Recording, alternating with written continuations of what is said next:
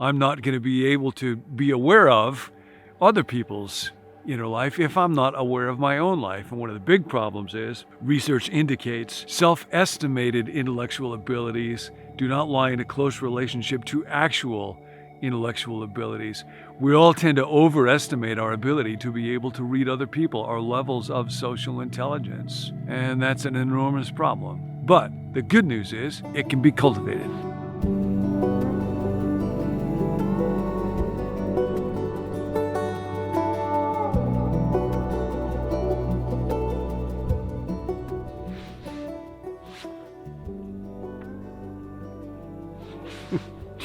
Change is coming today.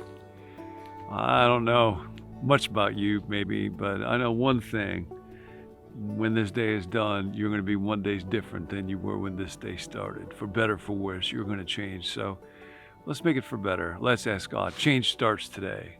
I'm wearing these sunglasses right now, and I love to wear them. They're a gift from somebody who knows me quite well and knows that if I pick stuff out, it's not going to look very stylish, and he's got a much better sense of style than I do. He also knows, though, that I lose sunglasses all the time. And so these cost just exactly the right amount, enough so that it's more stylish than what I would usually pick out at the gas station, but cheap enough so that when I lose it, and I will lose it, I won't feel deep regret. When I wear them, I feel seen. I feel like somebody knows me and cares about me, and that's a great thing. But I'm not going to wear them here. And of course, the reason for that is because a face is such an important thing. And an awful lot of how we're able to know someone is from their face. In the Gospel of Mark, we're told about one time when Jesus was talking to a man who became known as a rich young ruler and challenged him on the financial front to a life of greater generosity. And we're told that when the rich young ruler walked away, his face fell.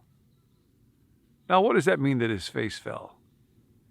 Obviously, it does not mean that all of the features dropped off his head and onto the ground. It means that in his face, he reflected a desolation or deep disappointment or deep sadness in his spirit, in his inner life. Our face reveals our inner life. That's why it's such a precious thing. It doesn't say his elbow fell or his knee fell, his face fell. Or on the other side of this, in Psalm 104, the psalmist is talking about celebration. God gives wine to gladden the heart of human beings and bread, food for us to be able to eat, and oil to anoint the head. And he says, to make the face shine. What's a shining face? It's fascinating that someone is experiencing a deep sense of the emotion of love. Researchers say that the capillaries actually grow closer to the surface of the skin. And that's part of why we'll say, like when somebody's getting married, the word to describe them is that they are radiant. That is a shining face. Now, this ability to look at someone's face or to listen to what's going on in the tone of their voice or to read their body language and to be able to see them, to know them, to get them, to discern their inner life, this is a character strength. People in the field of research will call it social intelligence. We might think about it as people intelligence. Researchers will sometimes distinguish between what is called cold intelligence, ability to do math well, cold, calculating reason, versus what they would call hot intelligence, and that is to deal with emotions and deal with feelings and recognize motives. It's coming in hot. You got to be able to deal with it in real time when it's coming in. So this capacity to be able to look at other people and to be aware of, to discern what are their emotions, what are they feeling? Has their face fallen or is their face shining? And then to be able to navigate a relationship with them well. That's called social intelligence. And then a part of that is to be able to be aware of my own feelings and to be able to manage my own feelings, my own disappointment or boredom or impulse as well. That's also part of social intelligence. And of course, I'm not going to be able to be aware of other people's inner life if I'm not aware of my own life. And one of the big problems is research indicates self-estimated intellectual abilities do not lie in a close relationship to actual intellectual abilities. We all tend to overestimate our ability to be able to read other people, our levels of social intelligence. And that's an enormous problem. But the good news is it can be cultivated. And you might remember, we've talked about in the Bible the story of Joseph and how when he was a young man, he was actually, I think, quite spectacularly low on the social intelligence spectrum. In Genesis, I think it's 37, his brothers see. Now, his brothers are able to see. We're all able to see some stuff. We vary a lot in this. Fascinating. A little 5-year-old kid, you can ask them questions like, who do you like to play with? Who do you work well with? Who would you want to sit with more? And then a teacher can write what's called a sociogram, where you have each child represented in a picture, and then you draw the connections. She's a friend with him. They're not connected with this person. There are some 5-year-olds who have an ability to be able to give an accurate sociogram. Yep, they're friends, they're friends, they're friends. He's not a friend. And then others who are really, really not good at doing it at all. And Joseph was not good at doing it. And so his brothers can see that Joseph's dad, Jacob, loves Joseph more than Jacob loves them. And of course, they're torn by jealousy and hurt. But Joseph is apparently blind to this and is not terribly self-aware either, because he tells twice about these dreams that he has that are very grandiose, where he's in charge of everybody and that actually increases their pain. But he gives no indication that he sees what they're feeling and no indication that he cares what they're feeling.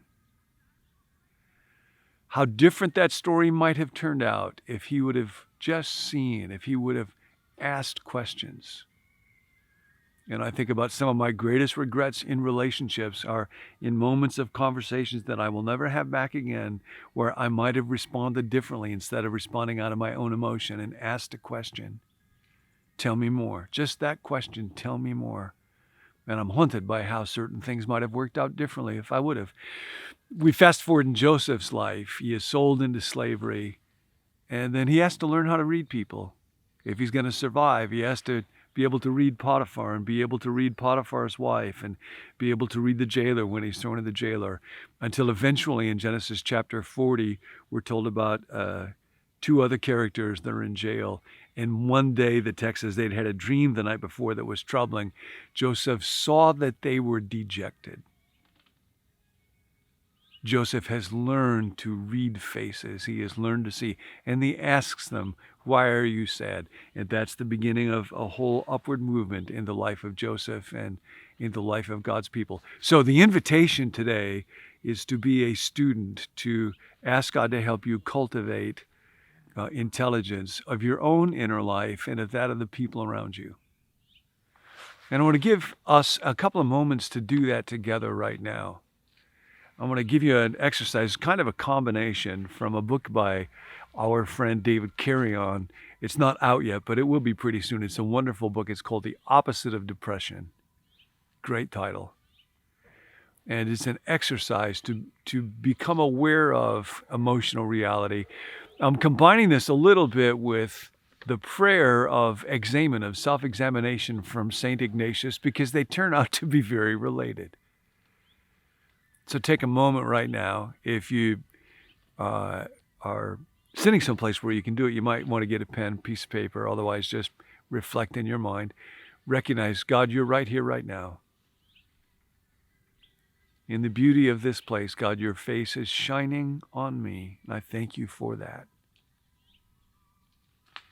And then take a couple of moments. Ignatius believed that part of how God speaks to us is in what he called interior movements. That is, strong feelings, excitement or joy or fear or guilt or worry. So take a moment to reflect on your day yesterday and think about any event that produced a strong emotion in you. You might have been confused or frustrated or angry or sad or afraid or joyful or excited or positive or confident or grateful. Take a moment to reflect on that event and on what it is that you experienced. You might even want to look, David says, at a list of emotion words if you're not always aware of what your emotions are. And then write down or think about what are some of the things that led up to those emotions. What did somebody say? Or what did you read in that email? Or were the things that contributed to that? Were you already feeling lonely? Or were you tired because you hadn't slept much the night before? Or were you hungry? Or the things in your life that maybe you want to change to put yourself in a better position for inner life? And then think about the consequences of that emotion. In particular, how it affected your relationship with and experience with God. Did this emotion, God, lead me closer to you? Did it make me want to follow you more? Did it cause me to trust you more? Did it help me surrender? Did it give me confidence? Or did this emotion lead me farther away from you? Did it cause me to be filled with doubt? Did it leave me with a kind of pain or regret that didn't lead to change, to positive stuff, but just kind of a spiral of rumination and obsession? And then ask God, is there anything that you want me to do in light of this emotion, in light of this feeling? And God, would you now lead me towards you? My friend Rick told me a great sentence today. I wrote it down. See if I can find it real quick. I think it was from Martin Seligman initially. And it was just this. If you find yourself thinking, I don't really want to look at my inner life because I'd rather not know what's going on inside there. And I get that. Here's the sentence. Generally speaking, hard feelings will elapse. Now that's a gift from God. The psalm puts it like this. Weeping may last for a night, but joy comes in the morning. Generally speaking, hard feelings will elapse. So God, today, would you reveal to me all the truth that I can handle about my own emotions, so that I don't keep being clumsy and blundering with other people. And then would you help me to notice the faces around me? Make me a face-oligist today, so that I can mourn with those who mourn and rejoice with those who rejoice. Change starts today.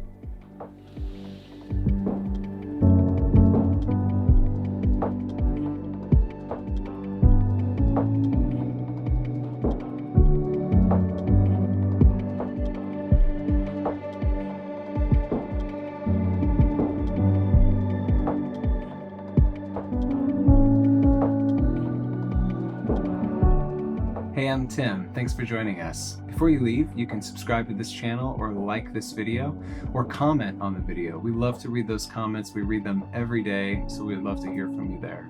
If you'd like to receive the emails that go along with each video, you can let us know at becomenew.com/subscribe. Or if you have a prayer request, we would love to pray for you. You can text that request to 855-888-0444. See you next time.